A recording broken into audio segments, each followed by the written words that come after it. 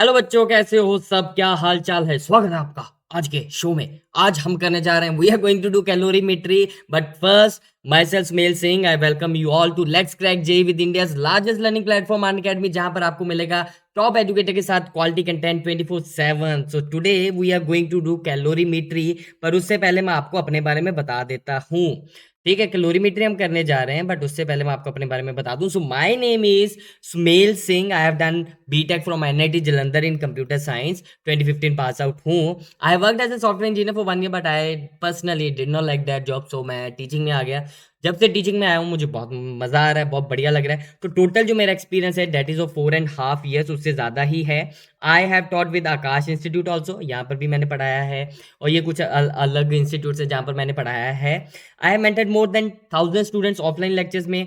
JEE and NEET दोनों के लिए पढ़ाया है मैंने। सो बहुत से जो मेरे स्टूडेंट्स हैं वो बढ़िया बढ़िया कॉलेजेस में, एनआईटीज में है, डीयू में है, बिट्स प्लानिंग में है, अपना गवर्नमेंट मेडिकल कॉलेजेस में भी है, आईआईटी में भी है। ठीक है ना?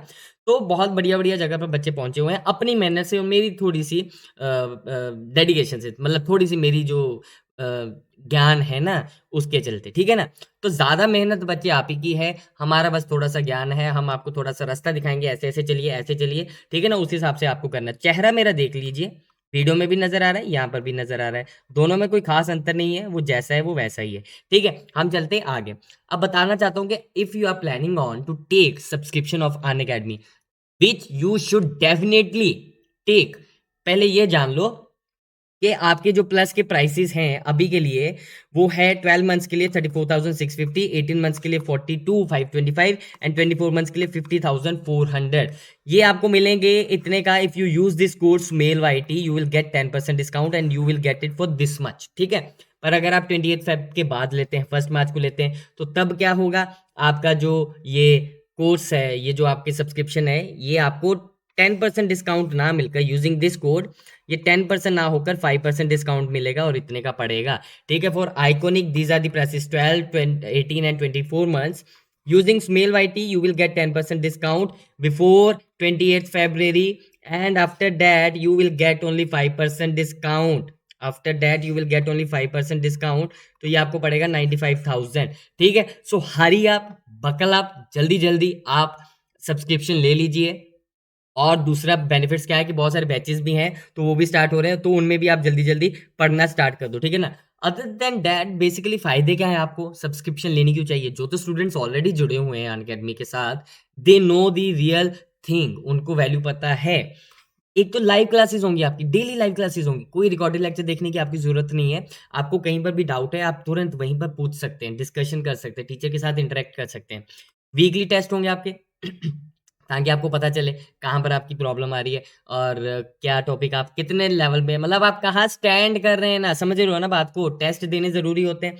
अनलिमिटेड एक्सेस मिलेगा आपको 24/7। You can watch all the recorded and live lectures through out the Unacademy.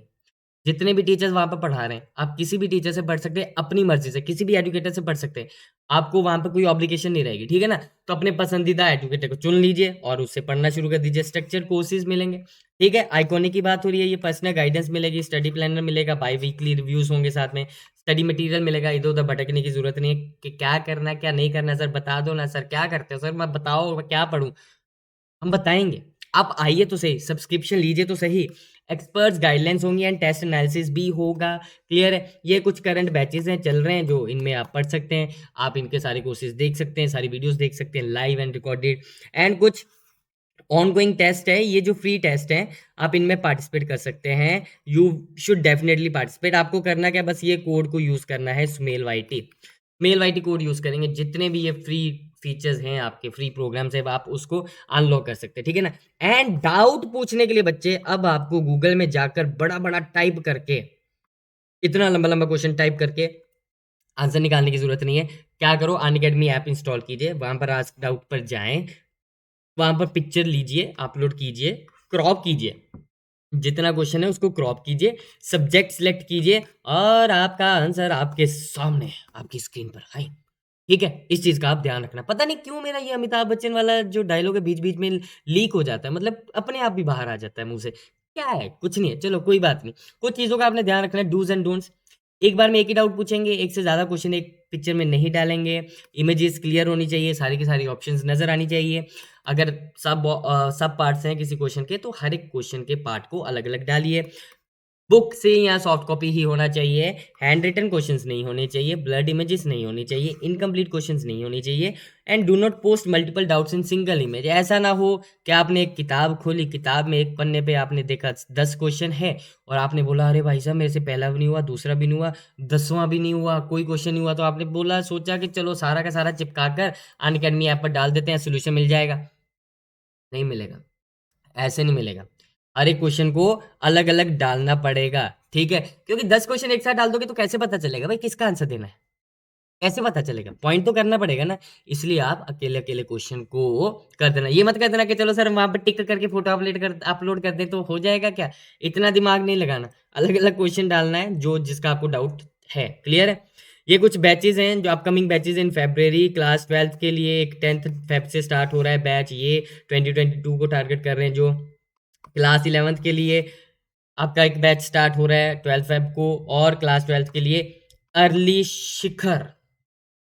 शिकार मत समझ लेना, अर्ली शिखर है, ठीक है ना। ये भी बैच स्टार्ट हो रहा है, तो इनमें आकर पढ़िए। एंड ये जो मैंने बताए थे आपको फ्री प्रोग्राम्स है, these are the free programmes, आप इनको अनलॉक कीजिए। कैसे अनलॉक करना है आपको पता है, ये कोड यूज करना है। मोहल्ले में खबर फैला दीजिए, दोस्तों को बता दीजिए, उनको बोलो 14 फेब को, 28 फेब को, 14 फेब को टेस्ट देने आना, किसी और काम के लिए मत निकल जाना। समझे मेरी बात? ये ज्यादा जरूरी है, ठीक है। और ये आपके मॉक टेस्ट हो रहे हैं, इसमें आकर पार्टिसिपेट कीजिए, डीपीपीज आपको मिल रही है, इसमें जल्दी जल्दी आकर पार्टिसिपेट कीजिए। अब बात करते हैं हम कैलोरीमेट्री की। ये होता क्या है? ये होता क्या है, देखिए सबसे पहले कैलोरीमेट्री पढ़ने के लिए हमें क्या देखना पड़ेगा, हमें हीट समझना पड़ेगा। तो हीट क्या होती है, ठीक है? हीट क्या है basically? The flow of energy from a body at higher temperature to another body at lower temperature is called heat. Basically heat is a form of energy. Heat क्या है? एक फॉर्म ऑफ एनर्जी है। It is the energy in transit whenever temperature difference exist. मतलब अगर temperature difference है, ये आपका object A है जिसका टेम्परेचर T2 है, ये ऑब्जेक्ट बी है जिसका टेम्परेचर T1 है। Let's say T2 is not equal to 1, T2 is greater than T1। होगा क्या? हायर टेम्परेचर वाली बॉडी से लोअर टेम्परेचर वाली बॉडी में एनर्जी फ्लो करती है, एनर्जी ट्रांसफर होता है। इस एनर्जी को हम कहते हैं हीट, जो मूव कर रही है, ठीक है ना। अगर टेम्परेचर डिफरेंस नहीं है, अगर ए एंड बी में टेम्परेचर डिफरेंस नहीं है, दोनों टेम्परेचर सेम हो गए, T2 इक्वल टू T1, तो उस केस में there will be no heat, there will be no heat, क्योंकि टेम्परेचर डिफरेंस एग्जिस्ट करना चाहिए। क्लियर है? ठीक है, अंडरस्टूड। और अगर कोई ऐसा भी बोल दे ना आपको कि ए ऑब्जेक्ट है और ये बी ऑब्जेक्ट है, ठीक है, ये मैंने ऑलरेडी पिछले लेक्चर में बता दिया आपको, हमने थर्मल एक्सपेंशन किया है, मैंने उसमें बताया है कि अगर यहाँ पर बोला जाए कि ए का टेम्परेचर ज़्यादा है बी से, ठीक है ना, T2 is greater than T1, तो यहाँ पर पूछ लिया जाए कि हीट ऑफ बॉडी ए, ठीक है, और हीट ऑफ बॉडी बी, इनमें दोनों में क्या रिलेशन है? ठीक है, कोई रिलेशन नहीं, इनमें कोई रिलेशन बता ही नहीं सकता, क्योंकि ऐसी कोई चीज एग्जिस्ट ही नहीं करती। हीट ऑफ ए बॉडी ए, नहीं, उसमें अपने आप में कोई एनर्जी नहीं है। अरे भैया, जब तक एनर्जी ट्रांसफर नहीं हो रही ना, तब तक आप क्या कहेंगे, तब तक कोई हीट नहीं है। क्लियर है? मतलब क्या है कि ए और बी का अगर टेम्परेचर सेम हो गया, जैसे मैंने यहाँ पर बताया था, ए और बी का अगर टेम्परेचर सेम हो जाएगा तो कोई हीट ही नहीं है। जब हीट ही नहीं है तो हम कैसे बोलेंगे? हीट का मतलब एनर्जी फ्लो कर रही है जो वो। तो ए की अगर बात करेंगे तो ए में अपने आप कोई हीट नहीं है, हाँ इन दोनों के बीच में हीट जरूर फ्लो कर रही है, एनर्जी जरूर फ्लो कर रही है, हम वो बोलेंगे। बट इफ यू से heat of a body, this statement is incorrect, ठीक है। तो होगा क्या कि ये जो एनर्जी ट्रांसफर होती है ना, ये जो एनर्जी ट्रांसफर होती है जिसको हम हीट कहते हैं, वो बेसिकली क्या होती है, हर एक बॉडी की अपनी इंटरनल एनर्जी होती है, ठीक है ना। हर एक बॉडी की इंटरनल एनर्जी होती है। So it is transferred, it becomes the internal energy of the receiving body. यहाँ से इंटरनल एनर्जी निकली, यहाँ तक गई, और फिर उसकी इंटरनल एनर्जी बन जाती है। So it should be clearly understood that the word heat is meaningful only as long as the energy is being transferred. जब तक एनर्जी ट्रांसफर नहीं हो रही, आप ये नहीं बोलेंगे कि वहां पर हीट है। अगर दोनों का टेम्परेचर सेम हो जाए तो वहां पर हीट नहीं होगी। टेम्परेचर डिफरेंस नहीं है, हीट नहीं होगी, क्लियरली, ठीक है। So this expression like heat in a body और heat of a body, these are meaningless, clear है। तो इस चीज का आपने ध्यान रखना है, ठीक है। हीट क्या है? एनर्जी है। तो हीट एनर्जी है, तो इसका मतलब एनर्जी का कोई ना कोई यूनिट होना चाहिए, तो उसका एक अलग से यूनिट डिफाइन किया गया। It is the unit of heat, क्या? कैलोरी। कैलोरी एक यूनिट डिफाइन किया गया फॉर हीट। तो what it is a unit of heat and how it is defined. ये कैसे डिफाइन किया जाता है? देखो, the amount of heat needed to increase the temperature of 1 gram of water from 14.5 degrees Celsius to 15.5 degrees Celsius at a pressure of 1 atm is called 1 calorie। 1 ग्राम पानी लीजिए, उसका temperature 14.5 degree Celsius कर दीजिए, ठीक है। अब उसके बाद जितनी हीट आपको देनी पड़ेगी उसका टेम्परेचर 15.5 डिग्री सेल्सियस करने में वो आपका 1 कैलोरी होगा, क्लियर है। So 1 calorie is equal to 4.186 joules, ठीक है। इस चीज को आपने ध्यान रखना है, ठीक है ना। वैसे आप बोल देंगे कि 1 कैलोरी क्या है, कि चलो 1 डिग्री से टेम्परेचर इंक्रीज कर दिया वाटर का, but make sure it is for what 14.5 to 15.5 degree Celsius, क्योंकि टेम्परेचर चेंज हो जाएगा ना, उसके बाद एनर्जी जो उसका देनी पड़ेगी उसका टेम्परेचर 1 डिग्री से चेंज करने के लिए वो अलग हो जाएगा, वो हम स्पेसिफिक हीट में पढ़ेंगे, ठीक है ना, अभी पढ़ेंगे हम आगे जाकर। तो उस चीज का आपने ध्यान रखना है, ठीक है ना। So 1 calorie is defined as 4.186 joules.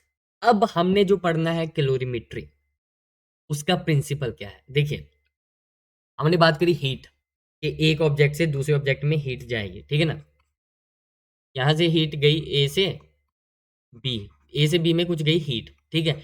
ये हीट गई कुछ एनर्जी Q1, ठीक है, ये गई। अब होगा क्या, इसने हीट कितनी लूज करी, इसके बीच में से Q1 हीट निकल गई, इसके बीच में से कितनी, इसके पास कितनी हीट आ गई, Q1 आ गई। तो देखा जाए ना, तो कहने का मतलब क्या है कि अगर एक ने एनर्जी लूज करी है तो दूसरा गेन करेगा, बस। और प्रिंसिपल ऑफ कैलोरीमेट्री क्या है कि हम बोलते हैं it states that the total heat given by the hot objects equals the total heat received by the cold object. Simple सी बात, जिसने रिलीज किया कोल्ड ऑब्जेक्ट ने उसको गेन कर लिया, ठीक है ना। तो बस ए ने रिलीज करी हीट, बी ने क्या कर ली, गेन कर ली, ठीक है ना। हम मानेंगे कि जितने भी यहाँ पर बॉडीज रख दी, यहाँ पर बी रख दिया, यहाँ पर एक सी ऑब्जेक्ट भी रख दिया आपने, ठीक है ना।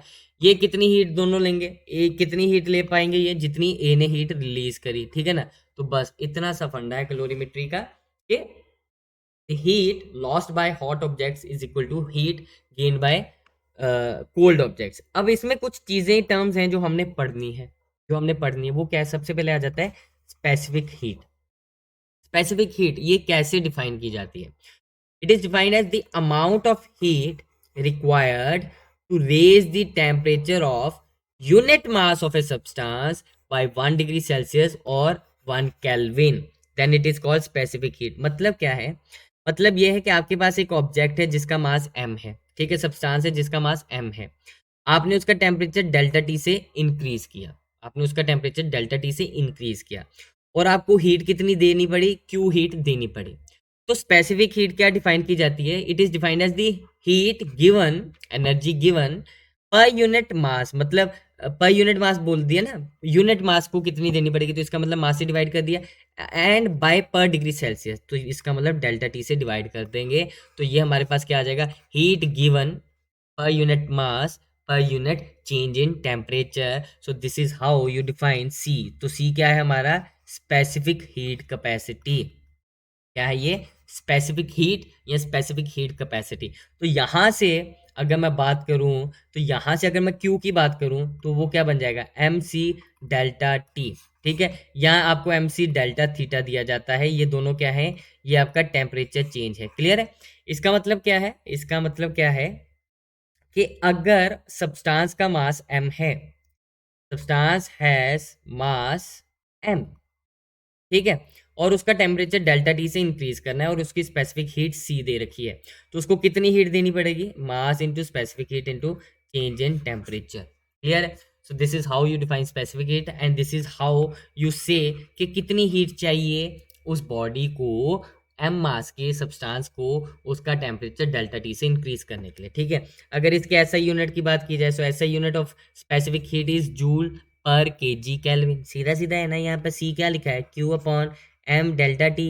ये क्यू क्या है, एनर्जी जूल हो गया, मास केजी है, और टेम्परेचर क्या है, केल्विन है, तो ये बन जाएगा joule per kg kelvin. Joule per kg kelvin, इसमें तो कोई प्रॉब्लम ही नहीं है, इसमें तो कोई प्रॉब्लम ही नहीं, यही बन गया आपका यूनिट। ठीक है, इसको आपने ध्यान में रखना है। और अगर डायमेंशन की बात कर ली जाए तो डायमेंशन क्या हो जाएगी, dimension will be equal to dimension of Q upon dimension of mass into temperature की dimension. Energy ml2 T-2 divided by mass m into, ये केल्विन है, ये केल्विन है, टेम्परेचर है ना, तो टेम्परेचर को की डायमेंशन क्या आ जाती है, के आ जाती है। तो यहाँ से आपका आंसर क्या बन जाएगा, dimension of C is L2T-2 K-1। Clear, understood. तो ये होगी आपकी स्पेसिफिक हीट, इस चीज का हम ध्यान में रखेंगे।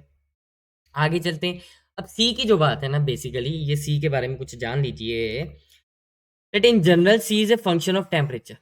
जैसे हमने coefficient of linear expansion beta, coefficient of volume expansion and coefficient of area expansion की बात की थी, वो भी टेम्परेचर पे डिपेंड करता है। Similarly C is a function of temperature, but normally variation in C is small, so it is assumed to be constant for a wide range of temperature. ठीक है, for example, specific heat of water is 1 calorie per gram per degree Celsius between 14.5 to 15.5 degree Celsius. हमने पीछे अभी calorie की definition करी, तो इसका मतलब है 14.5 से 15.5 डिग्री सेल्सियस, 15.5 डिग्री सेल्सियस पे लेकर जाने के लिए उसको जितनी हीट चाहिए होती है वो होती है 1 कैलोरी, और वही उसकी स्पेसिफिक हीट होती है वाटर की। So this employees that 1 calorie of heat will be required to raise the temperature of 1 gram of water from 14.5 to 15.5 degree centigrade. अब from 15.5 to 16.5 अगर यहाँ से आगे आप फर्दर लेकर जाना चाहेंगे ना, तो वो जो स्पेसिफिक हीट है, अब क्या कर रहे हैं हम, 15.5 से 16.5 1 डिग्री सेल्सियस टेम्परेचर इंक्रीज कर रहे हैं। तो ये जो अब 1 डिग्री टेम्परेचर इंक्रीज करने के लिए हमें जो हीट चाहिए, वो 14.5 टू 15.5 तक लेकर जाने के लिए जितनी चाहिए थी उसके बराबर नहीं है। ठीक है, तो इसका मतलब उसकी स्पेसिफिक हीट क्या होगी, बदल गई। क्लियर है, तो यहाँ का क्या लिखा है, from 15.5 to 16.5 a different amount of heat which is not equal to 1 calorie will be required. ठीक है, अंडरस्टूड। तो सीधी सी बात है कि हर एक डिग्री के लिए जो हीट चाहिए, हर एक टेम्परेचर को 1 डिग्री से चेंज करने के लिए जो हीट चाहिए वो वैसे सेम नहीं होगी, क्योंकि टेम्परेचर चेंज होता जा रहा है। और हम क्या करते हैं, हम उसको अज्यूम कर लेते हैं constant. So but normally this variation is very small, so it is assumed constant 1 calorie per gram per degree centigrade from 0 degree Celsius to 100 degree Celsius. अब यहाँ पर 0 से 100 ही क्यों लिखा, 0 से 200 क्यों नहीं लिखा, क्या लगता है, 0 से 150 क्यों नहीं लिखा, 0 से 110 क्यों नहीं लिखा? हम किसकी बात करें, हम बात करें वाटर की। कहाँ है ये स्पेसिफिक हीट ऑफ वाटर, हम बात करें वाटर की। अरे भैया 0 डिग्री सेल्सियस पर उससे कम पे जाएंगे तो वो आइस बन जाएगा, उससे ज़्यादा पे जाएंगे तो वो स्टीम बन जाएगा। तो वो जो वाटर रहेगा, वाटर तो इसी इन टेम्परेचर के बीच में रहेगा ना, इसी रेंज के बीच में वाटर रहेगा। इसके बाहर चला जाएगा तो वो वाटर नहीं रहेगा, तो वो सब्सटेंस बदल जाएगा, वो स्टीम बन जाएगा या आइस बन जाएगा, तो उसकी स्पेसिफिक हीट है बदल जाएगी। क्लियर है। एंड अगर आपका जो सी है इट इज ए गिवन, क्योंकि अभी बताया कि ये टेम्परेचर पे डिपेंड करता है, so if C is a given function of temperature then equation 2 can not be applied directly for calculation of Q. ठीक है, इसका मतलब क्या है, सिंपल सा मतलब क्या है कि हमने, देखो आपको मैंने बताया क्यू इक्वल टू क्या होता है, एम सी डेल्टा टी। ठीक है, यही होता है। अगर temperature small temperature D T है तो उसके लिए अगर डी क्यू हीट चाहिए तो वो क्या बन जाएगा, D Q will be equal to M C D T. ठीक है, अगर टोटल हीट चाहिए, टोटल हीट क्या करेंगे, यहाँ पर हमारा जो सी है that is as a function of temperature. यहाँ से ये क्या बन जाएगा, ये बन जाएगा आपका एम सी डी टी की integration, where C is a function of T और थीटा। ठीक है, ये छोटी सी आपने चीज़ें याद रखनी है। टेम्परेचर कहाँ से, इनिशियल टेम्परेचर से फाइनल टेम्परेचर तक लेकर जाएंगे और आपका आंसर आ जाएगा। क्लियर है, सिंपल सी बात है। अब जैसे एक सिंपल सा हम क्वेश्चन कर लेते हैं। ठीक है, क्या दे रखा है, a copper block of mass 60 gram is heated till its temperature is increase by 20 degree Celsius. Temperature increase हो गया 20 डिग्री सेल्सियस, तो डेल्टा टी 20 डिग्री सेल्सियस हो गया। Find the heat supplied to the block, अरे Q is equal to M C delta T बन जाएगा।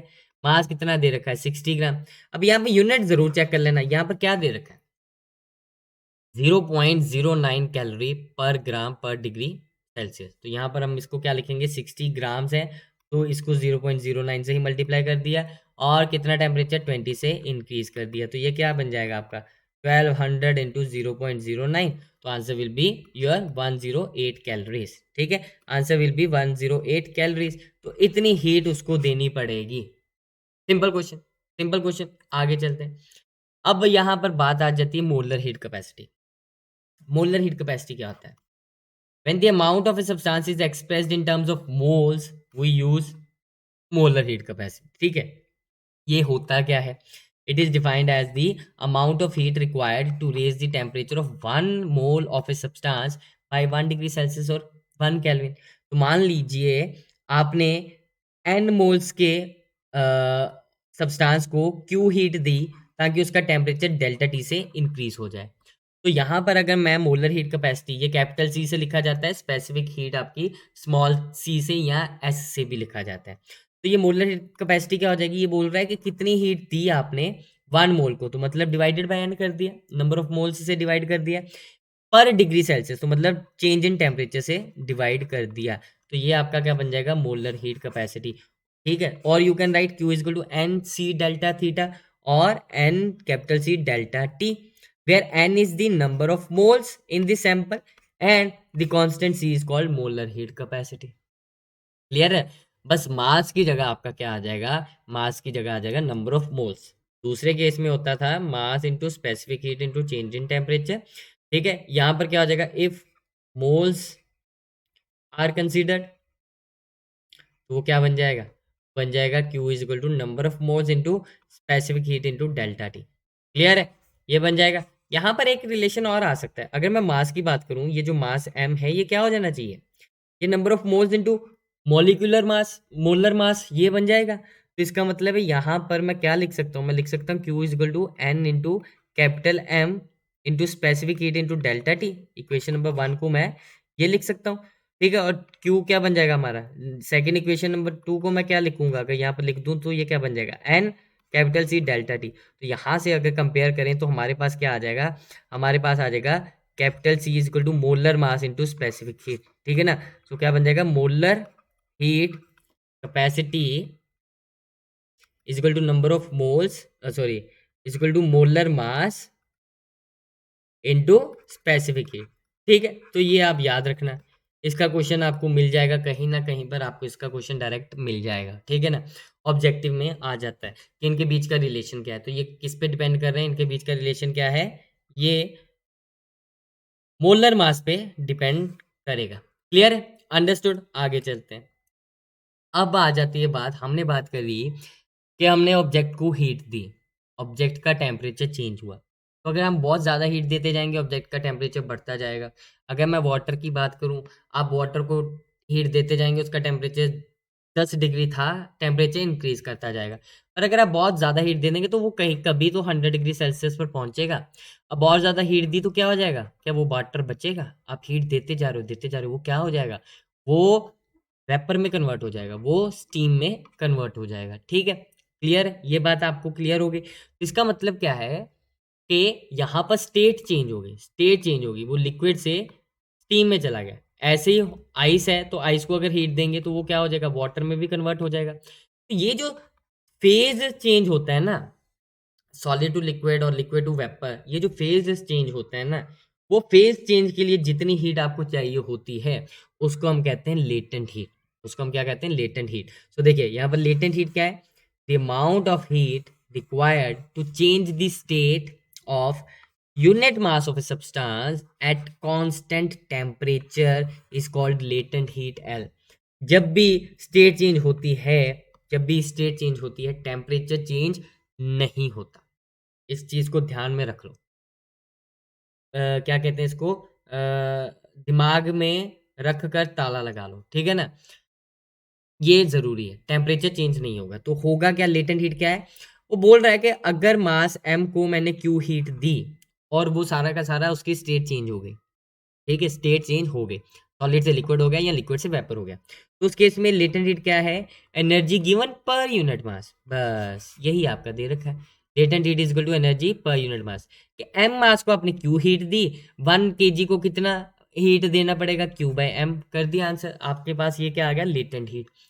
अब ये लेटेंट हीट दो तरह की होती है, मैंने अभी बताया, सॉलिड से लिक्विड या लिक्विड से वेपर, स्टेट तो चेंज ऐसे ही हो जाएगी, 3 स्टेट्स हैं, ठीक है। तो लेटेंट हीट ऑफ फ्यूजन जो है वो डील करती है जब हम the amount of heat required to convert a solid into liquid, ठीक है, उसको हम एल एफ लिखते हैं। तो मतलब हीट कितनी चाहिए होगी, मास इनटू एल एफ। तो ये हीट क्या है, required to convert a solid into liquid at constant temperature, temperature change नहीं होगा, ठीक है। And latent heat of vaporisation, ये लेटेंट हीट ऑफ वेपराइजेशन क्या है, जब आप लिक्विड को वेपर में कन्वर्ट करना चाहते हैं तो उस केस में आपको जितनी हीट देनी पड़ेगी at constant temperature, that is called latent heat of vaporisation. So the amount of heat required to convert liquid into vapour, तो वो क्या बन जाएगा, M into L V, M into L V. Clear, ठीक है, समझे बात, आगे चलते हैं। अब आपके ये जो पॉइंट्स है आपने ये याद रखना है, इसके बाद हम क्वेश्चन सॉल्व करेंगे और हमारा काम हो जाएगा। चैप्टर में लगभग जो चीजें थी वो सारी होगी। देखिए, during change of phase temperature doesn't change, अभी मैंने बताया टेम्परेचर चेंज नहीं होगा, ठीक है। Heat is required to convert solid into liquid और लिक्विड इनटू वेपर। ऑब्वियसली आप पानी को गर्म करेंगे तभी तो वो बॉयल होगा, तभी तो वो स्टीम में जाएगा ना, कन्वर्ट हो जाएगा, उसके लिए आपको हीट देनी पड़ती है। So it is required to convert solid into liquid or liquid into vapor. But heat is released if liquid solidifies or vapor condenses to liquid. जब वेपर आपका लिक्विड बनता है, जब स्टीम आपकी वाटर बनती है, तो उस केस में हीट रिलीज होती है, या फिर लिक्विड आपका सॉलिड बनता है तो उस केस में भी हीट रिलीज होती है। इन चीज़ों का आपने ध्यान रखना है। और अब बात करें, अब ये कुछ प्यारी प्यारी वैल्यूज हैं, ये आपको याद रखनी पड़ेंगी, हो सकता है क्वेश्चन में ना दिया जाए, क्योंकि मेरे साथ एक्सपीरियंस हो चुका है।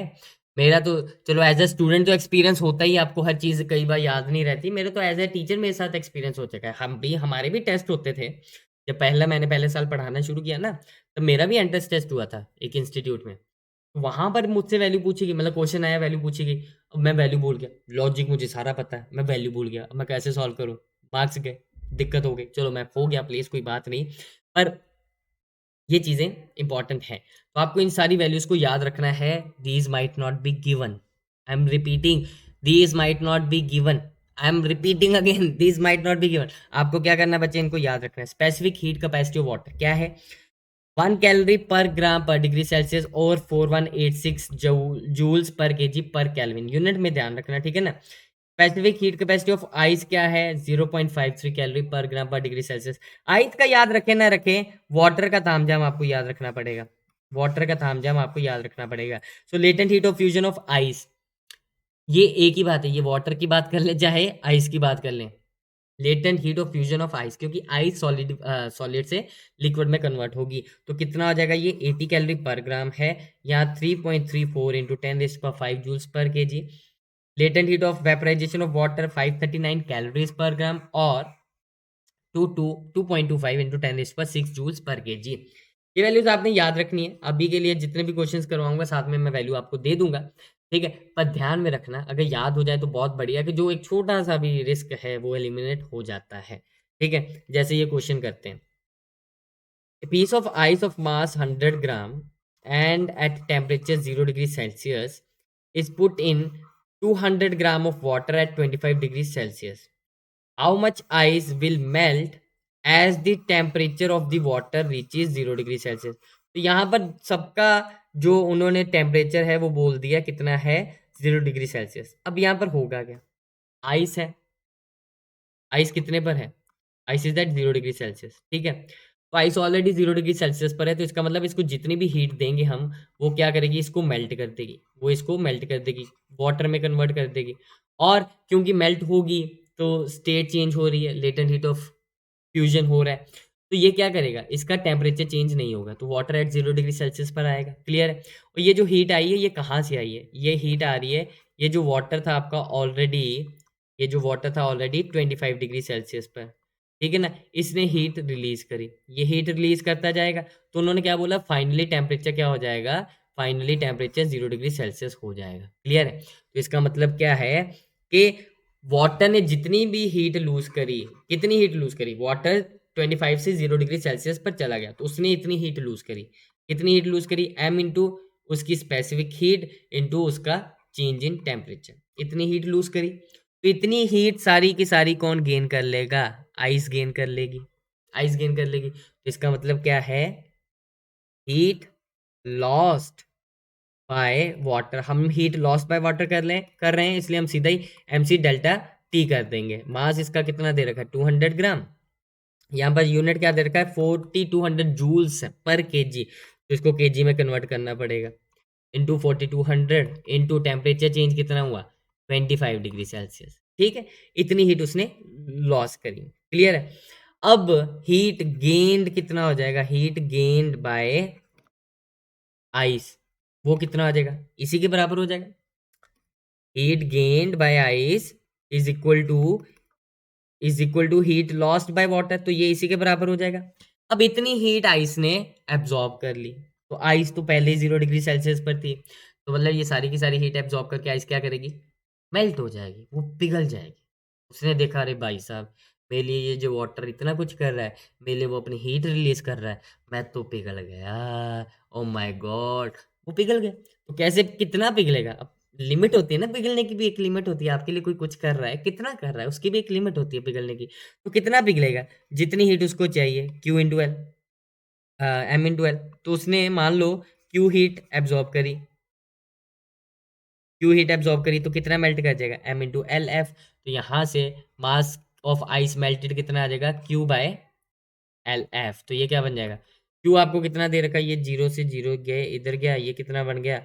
84 into 25 divided by L F कितना है? 3.4 इंटू 10⁵ ठीक है ना? इसकी वैल्यू निकालेंगे तो आपका आंसर आ जाएगा ये, इसकी वैल्यू निकालेंगे तो आपका आंसर आ जाएगा 62 ग्राम्स और 0.062 केजी। क्लियर है? सिंपल सी बात, ये कैलोरीमेट्री का कॉन्सेप्ट है। This is what calorimetry is.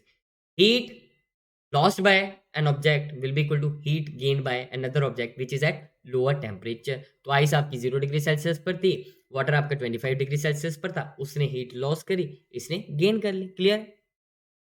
अब यहाँ पर एक चीज और डिफाइंड होती है which is called heat capacity of a body. हमने पहले स्पेसिफिक हीट पढ़ा, अब हम हीट कैपेसिटी की बात कर रहे हैं। Heat capacity of a body, ये कुछ नहीं है, ये कुछ नहीं। उसमें हम बात बोलते थे कि एक यूनिट मास के ऑब्जेक्ट को, सब्सटेंस को 1 डिग्री सेल्सियस से उसका टेम्परेचर इंक्रीज करना है तो कितनी हीट चाहिए? यहाँ पर हम पूरी बॉडी की बात करते हैं। It is the product of mass and specific heat capacity of a body. ठीक है ना? कि पूरी की पूरी ऑब्जेक्ट को कितनी हीट देनी पड़ेगी। ठीक है? कि एक यूनिट मास को स्पेसिफिक हीट, मैंने बोला स्पेसिफिक हीट एस से भी रिप्रेजेंट किया जाता है या स्मॉल सी से भी रिप्रेजेंट किया जाता है, आप कोई भी यूज कर सकते हैं, आपको बुक्स में दोनों नजर आ सकते हैं। तो पर यूनिट मास के लिए एस चाहिए, तो अगर एम मास है, पूरा का पूरा सब्सटेंस, तो क्या हो जाएगा? हीट हो जाएगी एम इंटू एस। तो this is your heat capacity. Clear है? सिंपल है। जैसे heat capacity of let's say steel क्या है, हीट कैपेसिटी ऑफ स्टील क्या है, ठीक है ना? तो कितने स्टील की ये मास को आपको गिवन होना चाहिए, ये मास आपको गिवन होना चाहिए। तो मान लो ये बोल दिया heat capacity of steel of 2 kg mass कितनी होनी चाहिए। तो मान लो स्पेसिफिक हीट ऑफ स्टील दे दिया आपको, let's say 6 into 10⁻7 joules per KG. तो यहाँ पर हीट कैपेसिटी कितनी बन जाएगी? मास 2 kg into specific heat of steel. ठीक है? बस ये बन जाएगा 2 इंटू 6 इंटू 10⁻7, ये बन जाएगा 12 इंटू 10⁻7, और you can say 1.2 into 10⁸ joules. टड़ा, बस इतना सा काम है, इसमें कोई दिक्कत वाली बात नहीं है। ठीक है? अंडरस्टूड? क्लियर है? अब आगे चलते हैं। अब क्या है? Water equivalent of a substance, ये एक चीज आ जाती है जिसमें हमें बच्चे कंफ्यूज हो जाते हैं। Water equivalent of a substance क्या होता है? The mass of water having the same heat capacity as of a given body, as of a given body. कि आपके पास the mass of water having the same heat capacity, तो heat capacity of water क्या हो जाएगी? Heat capacity of water क्या हो जाएगी? हमने डेफिनेशन से देखेंगे कि जितना भी मास ऑफ वाटर है into specific heat of water, तो सी डब्ल्यू या एस डब्ल्यू आप कुछ भी लिख लीजिए, यही हो जाएगी ना हीट कैपेसिटी ऑफ वाटर। क्या हो जाएगा? मास of water into specific heat of water. तो इन्होंने बोला कि ये जितना मास है ना, ठीक है ना, इतने मास की जितनी हीट कैपेसिटी है वो दूसरे सब्सटेंस की हीट कैपेसिटी के बराबर होगी, तो उतने मास को हम क्या कहते हैं, water equivalent of a substance, ठीक है ना। So the mass of water having the same heat capacity as a given body. तो यहाँ पर हमारे पास एक बॉडी है, यहाँ पर एक मेरे पास बॉडी है जिसका मास एम बी है और उसकी स्पेसिफिक हीट एस बी है, ठीक है। तो इसकी हीट कैपेसिटी कितनी हो जाएगी, इसकी हीट कैपेसिटी क्या हो जाएगी बॉडी की, heat capacity of body will be equal to M B into S B. और अगर मैं हीट कैपेसिटी ऑफ वाटर की बात करूं, वो क्या बन जाएगा, M C S, sorry M W S W, ठीक है। अगर मैं वाटर इक्विवेलेंट की बात करूंगा तो ये दोनों क्या हो जाने चाहिए, बराबर, M B S B is equal to M W S W, ठीक है। और ये जो मास होता है, ये जो मास ऑफ वाटर है, ठीक है ना, ये आपका क्या है, वाटर इक्विवेलेंट। वाटर इक्विवेलेंट किसका, water equivalent of this substance M P, ठीक है। अंडरस्टूड, इस चीज का आपने ध्यान रखना है। इसका काम क्या आता है, कई बार आपको क्वेश्चन आ जाता है कि N object having water equivalent, N object having water equivalent 10 gram is heated bye 10 degree Celsius, ठीक है। Find the heat gained bye it, find the heat gained bye it. कैसे करेंगे भाई, कैसे करेंगे, किसी ऑब्जेक्ट का, किसी सब्सटेंस का वाटर इक्विवेलेंट 10 ग्राम दे दिया और उनको उन्होंने बोल दिया है कि उसको हीट किया गया 10 डिग्री सेल्सियस से। तो अगर नॉर्मल केस में हम कहते हैं 10 डिग्री सेल्सियस से इंक्रीज किया तो हीट कितनी हो जाएगी, हीट हो जाएगी उसका मास ऑब्जेक्ट का इंटू उसकी स्पेसिफिक हीट ऑब्जेक्ट की इंटू उसका टेम्परेचर चेंज। तो ये क्या बन जाएगा, M B S B into temperature change 10 degree Celsius, इतनी हीट उसने गेन करी। अब इस क्वेश्चन में आप बोलेंगे कि ना आपको मास ऑफ बॉडी गिवन है, ना आपको उसकी स्पेसिफिक हीट गिवन है, फिर कैसे फाइंड करेंगे। अरे, an object having water equivalent है, इसका मतलब क्या है कि M B S B is equal to mass of water, water equivalent वाला mass into specific heat of water, ये गिवन है। तो यहाँ पर क्यू क्या बन जाएगा, M W S W into 100, sorry 10, ठीक है, 10 हो जाएगा। तो ये क्या बन जाएगा, मास कितना है 10 ग्राम, 10 ग्राम इंटू स्पेसिफिक हीट। यहाँ पर देखिए अभी मैंने आपको बोला था याद करने के लिए, स्पेसिफिक हीट ऑफ वाटर कितना है, 1 कैलोरी पर ग्राम या 4186 जूल्स पर केजी। तो यहाँ पर हमारा यूनिट किस में, मास ग्राम में है, तो हम यहाँ पर 1 कैलोरी पर ग्राम यूज कर लेंगे इंटू 10, तो कितना हो जाएगा 100 कैलोरीज, 100 कैलोरीज उसने हीट गेन करी। क्लियर है। तो ऐसी चीजों में वाटर इक्विवेलेंट का यूज आता है। क्लियर है। अब जैसे यहाँ पर एक, ये मुद्दे को समझना अच्छे से, यहाँ पर क्वेश्चन क्या है, how much heat is required, how much heat is required to convert 8 gram of ice at minus 15 degree Celsius to steam at 100 degree Celsius. तो यहाँ पर किस किस में कन्वर्ट करना है वो देखना पड़ेगा। हमें क्या करना है, ये आइस है, कितने टेम्परेचर पर, -15 डिग्री सेल्सियस पर। इसको किस में कन्वर्ट करना है हमने, स्टीम में, कितने टेम्परेचर पर, 100 डिग्री सेल्सियस पर। तो भाई यहाँ पर देखना पड़ेगा कि कैसे कैसे करना पड़ेगा। पहले मतलब यहाँ पर दो स्टेट हमारी फेज चेंज हो रहे हैं। एक हो रहा है पहले आइस से वाटर होगा, तभी तो स्टीम में जाएगा ना। आइस से पहले वाटर लेकर जाएंगे, फिर वाटर से स्टीम लेकर जाएंगे। तो हमें पता है कि आइस वाटर कितने पे बनती है, 0 डिग्री सेल्सियस पे बनती है। तो पहले आपको आइस को हीट देनी पड़ेगी, 0 डिग्री सेल्सियस पर लेकर जाना पड़ेगा आइस को, करना पड़ेगा। जैसे वो आइस 0 डिग्री सेल्सियस पर पहुंची, अब आपको क्या देना पड़ेगा, उसको हीट देनी पड़ेगी, उसको मेल्ट करने के लिए, उसको मेल्ट करने के लिए। तो जब ये मेल्ट हो जाएगी तो टेम्परेचर तो उतना ही रहेगा, तो वाटर 0 डिग्री सेल्सियस पर रहेगा। अब वाटर बन गया। अब मुझे चाहिए इसको, क्योंकि स्टीम बनानी है तो वाटर को 100 डिग्री सेल्सियस पर लेकर जाना पड़ेगा। मैंने हीट दी उसको, वाटर को 100 डिग्री सेल्सियस पर लेकर जाने के लिए। अब जब वाटर 100 डिग्री सेल्सियस पर चला गया, अब मुझे उसको स्टीम में कन्वर्ट करना है, तो मुझे क्या करना पड़ेगा, फर्दर हीट देनी पड़ेगी, जो स्टीम को, क्योंकि टेम्परेचर चेंज नहीं होगा, 100 डिग्री सेल्सियस पर ले जाए। क्लियर है। तो हम ये करेंगे। अब यहाँ पर वैल्यूज आपको पता चल रही है, ये Q1 क्या बन जाएगा, mass of ice into specific heat of ice, specific heat of ice, ठीक है ना, इनटू उसका टेम्परेचर चेंज कितना हुआ, 0 से -15 से 0 हुआ, तो ये 15 बन जाएगा। ये आपकी Q1 की वैल्यू आ गई। Q2 में क्या हो रहा है, स्टेट चेंज हो रही है, फेज चेंज हो रहा है, Q2 में फेज चेंज हो रहा है, तो उसमें क्या एनर्जी चाहिए होगी, M × LF, ठीक है। तीसरा क्या है, यहाँ पर आपका फिर से टेम्परेचर इंक्रीज हो रहा है, तो वो क्या बन जाएगा, M × स्पेसिफिक हीट ऑफ, अब किसकी, ये वाटर की स्पेसिफिक हीट हो जाएगी, क्योंकि अब वाटर का टेम्परेचर आप इंक्रीज कर रहे हैं, इनटू कितना टेम्परेचर इंक्रीज किया, 100, ये बन जाएगा। और अगर मैं फोर्थ की बात करूँ, तो यहाँ पर फोर्थ में देखो Q4, अब फिर से क्या है, वाटर स्टीम में होगा, तो अब यहाँ पर टेम्परेचर चेंज नहीं होगा, अब mass into latent heat of vaporisation, ये चार हीट आपकी आएंगी। वैल्यूज डालिए, आंसर निकालिए, आंसर आपका आ जाएगा बी, ठीक है। मास क्या है, 88 ग्राम दे रखा है, स्पेसिफिक हीट ऑफ आइस कितनी दे रखी है, 0.5 दे 3 दे रखी है, ठीक है, इंटू 15, ये बन जाएगा। ये क्या बन जाएगा, 8 ग्राम आइस है into latent heat of fusion 80 calorie, ये बन जाएगा। ये क्या बन जाएगा, मास 8 ग्राम है, स्पेसिफिक हीट ऑफ वाटर कितना है, 1, ठीक है, इनटू टेम्परेचर 100 से इंक्रीज किया, और ये लास्ट में क्या बन जाएगा, 8 ग्राम मास है into latent heat of vaporisation 539 calorie per gram, ठीक है, ये बन जाएगा। इस सब को ऐड कर दो, आंसर आपका बन जाएगा बी। क्लियर है, आंसर बन जाएगा बी, अंडरस्टूड। आगे चलते हैं। अब इसी प्रीवियस प्रॉब्लम में आपसे बोल दिया गया, if the heat is supplied at a constant rate, then plot the graph between the temperature variation and time। तो यहाँ पर हम पूरा डेटा वगैरह तो नहीं फाइंड करेंगे, पर आपको ग्राफ बनाना सिखा रहा हूँ मैं, वो सीखना आना चाहिए। देखो यहाँ पर इतना है, Q क्या हो जाएगा, जो होता है MC∆T, तो यहाँ पर टेम्परेचर चेंज होगा, जैसे जैसे आप Q प्रोवाइड करते जाएंगे टेम्परेचर चेंज होगा।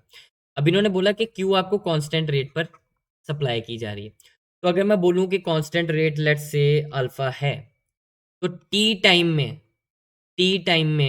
कितनी हीट प्रोवाइड कर देगा, Q will be equal to alpha into T, यही हो जाएगा ना। अल्फा रेट क्या है, rate of heat being supplied, ये rate of heat being supplied वो क्या है, अल्फा। तो टी टाइम में कितनी हीट मिल जाएगी, उसको अल्फा टी आ जाएगा। तो इसका मतलब है कि ये जब टेम्परेचर इंक्रीज होगा किसी भी ऑब्जेक्ट का, तो उस केस में alpha into T will be equal to MC∆T। तो मतलब यहाँ पर मैं देख सकता हूँ कि जो टेम्परेचर चेंज है that will be directly proportional to time. Obviously जितनी देर तक आप हीट देते रहेंगे ऑब्जेक्ट का टेम्परेचर इंक्रीज होता जाएगा, फिर एक टाइम आएगा उसका फेज स्टेट वाला टेम्परेचर आ जाए, जब बॉइलिंग पॉइंट आ जाए, या वेपराइजेशन या फ्यूजन, जो भी आप कंसीडर करना चाहते हैं जिस भी पर्टिकुलर एग्जांपल को, तो उस टाइम पर उसका टेम्परेचर चेंज नहीं होगा। अब ग्राफ देखते हैं। देखिए क्वेश्चन में क्या दिया आपको, ये टाइम है, ये टेम्परेचर, उन्होंने बोला आप ग्राफ बनाइए टाइम का और टेम्परेचर की वेरिएशन वेरिएशन दिखाने के लिए। तो यहाँ पर देखो, पहले टेम्परेचर कितना दे रखा था आइस का, -15, तो आइस का टेम्परेचर -15 हुआ, ठीक है। अब होगा क्या, जब -15 से वो आप हीट प्रोवाइड करोगे, तो आइस का टेम्परेचर क्या हो जाएगा, 0 तक जाएगा। तो यहाँ पर आप देखें टेम्परेचर क्या है, डायरेक्टली प्रोपोर्शनल टू टाइम है, तो मतलब ये एक स्ट्रेट लाइन बन जाएगा, ये एक स्ट्रेट लाइन बन जाएगा। पर टेम्परेचर उसका कितना है, -15 था, और यहाँ पर कितना पहुंचा, 0 डिग्री सेल्सियस पर पहुंच गया, ठीक है। अब क्या हुआ, अब आपकी यहाँ पर आइस जो है, आइस आपकी 0 डिग्री सेल्सियस पर है, ठीक है ना। अब फर्दर आप हीट प्रोवाइड करेंगे तो क्या होगा, फर्दर आप हीट प्रोवाइड करेंगे तो वो वाटर बनेगा 0 डिग्री सेल्सियस पर, तो मतलब उसका टेम्परेचर चेंज नहीं होगा। टेम्परेचर चेंज नहीं होगा तो मतलब ये एक्स इसी के अलोंग आ जानी चाहिए, टेम्परेचर चेंज नहीं होगा, तो ये बन गया, ठीक है। अब इसके बाद क्या हुआ, वाटर के बाद फर्दर आप हीट देंगे तो वाटर का टेम्परेचर इंक्रीज हो जाएगा। हम कहाँ तक करना चाह रहे हैं, हमने 100 तक कर दिया, 100 तक करेंगे तो यहाँ पर फिर से, क्योंकि Q is equal to MC∆T है, और ये यहाँ से टाइम के डायरेक्टली प्रोपोर्शनल आ जाएगा आपका टेम्परेचर चेंज, तो इसका मतलब ये फिर से एक स्ट्रेट लाइन बन जाएगी, बन गई। अब यहाँ पर देखिए, अब यहाँ पर देखिए कि अब क्या है, अब फिर से उसकी स्टेट चेंज होगी, फिर से उसकी स्टेट चेंज होगी। ये स्टीम में कन्वर्ट हो जाएगा, वाटर 100 तक पहुंचा ना, अब ये स्टीम में कन्वर्ट हो जाएगा 100 डिग्री सेल्सियस पर, मतलब अब फिर से उसकी जो टेम्परेचर की चेंज है, वैल्यू जो है वो चेंज नहीं होगी। ये 100 डिग्री सेल्सियस है, ये 0 डिग्री सेल्सियस है। अब फिर से उसका टेम्परेचर चेंज नहीं होगा, तो ये कहीं यहाँ पर पहुंच जाएगा, ठीक है ना। और ये टाइम के साथ ऐसे वेरिएशन रहेगा। यहाँ पर वो स्टीम में आ गया, यहाँ पर वो वाटर में था, वाटर कितने पे, 100 डिग्री सेल्सियस पे। यहाँ पे वो क्या था, वाटर पे था, कहाँ पर, वाटर 0 डिग्री सेल्सियस पर।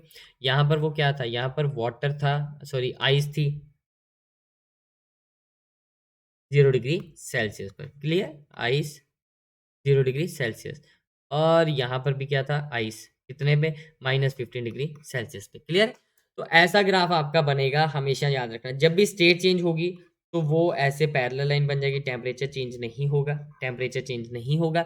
पर जब स्टेट चेंज हो चुकी है, टेम्परेचर इंक्रीज होगा, तो वो एक स्ट्रेट लाइन ऐसे बनेगी। क्लियर है, ये आपका ग्राफ हो गया, ठीक है। अब एक छोटा सा क्वेश्चन और कंसीडर करते हैं। देखिए क्या दे रखा है, 10 ग्राम of water eight 0 degree 70 degree Celsius is mixed with 5 gram of water eight 30 degree centigrade. Find the temperature of the mixture in equilibrium. क्या है, सिंपल सा क्वेश्चन है, सिंपल सा क्वेश्चन है कि ये 70 डिग्री सेल्सियस पर है, ये 30 डिग्री सेल्सियस पर है, दोनों वाटर हैं, एक ने हीट लूज करी, दूसरे ने गेन करी। तो अगर मैं 10 ग्राम की वाटर की बात करूं, उसका टेम्परेचर ज़्यादा है तो वो हीट लूज करेगा, ठीक है। So M into C of water into उसका टेम्परेचर फाइनल टी हो गया मान लो। नहीं, उसने एनर्जी लूज करी है, एनर्जी लूज करी है, कितनी एनर्जी लूज करेगा, वो करेगा 70 - टी, इतनी एनर्जी लूज करेगा। This should be equal to, दूसरा एनर्जी गेन करेगा, specific heat of water into कितना, हमें नहीं पता, उसका टेम्परेचर फाइनल टी हो जाएगा और 30 पर जाएगा, ठीक है। 30 पर इनिशियली था, तो यहाँ पर ये क्या बन जाएगा, ये बन जाएगा आपका सी डब्ल्यू से सी डब्ल्यू कट गया, ये क्या बन गया, 10 gram into 70 - T is equal to 5 gram into T - 30। यहाँ से क्या बन जाएगा आपका, ये कैलकुलेशन करी, 140 - 2 T is equal to T - 30, तो 3 टी इज इक्वल टू 170, टी कितना आ गया, 170/3, ठीक है, विच इज 56.67 डिग्री सेंटीग्रेड।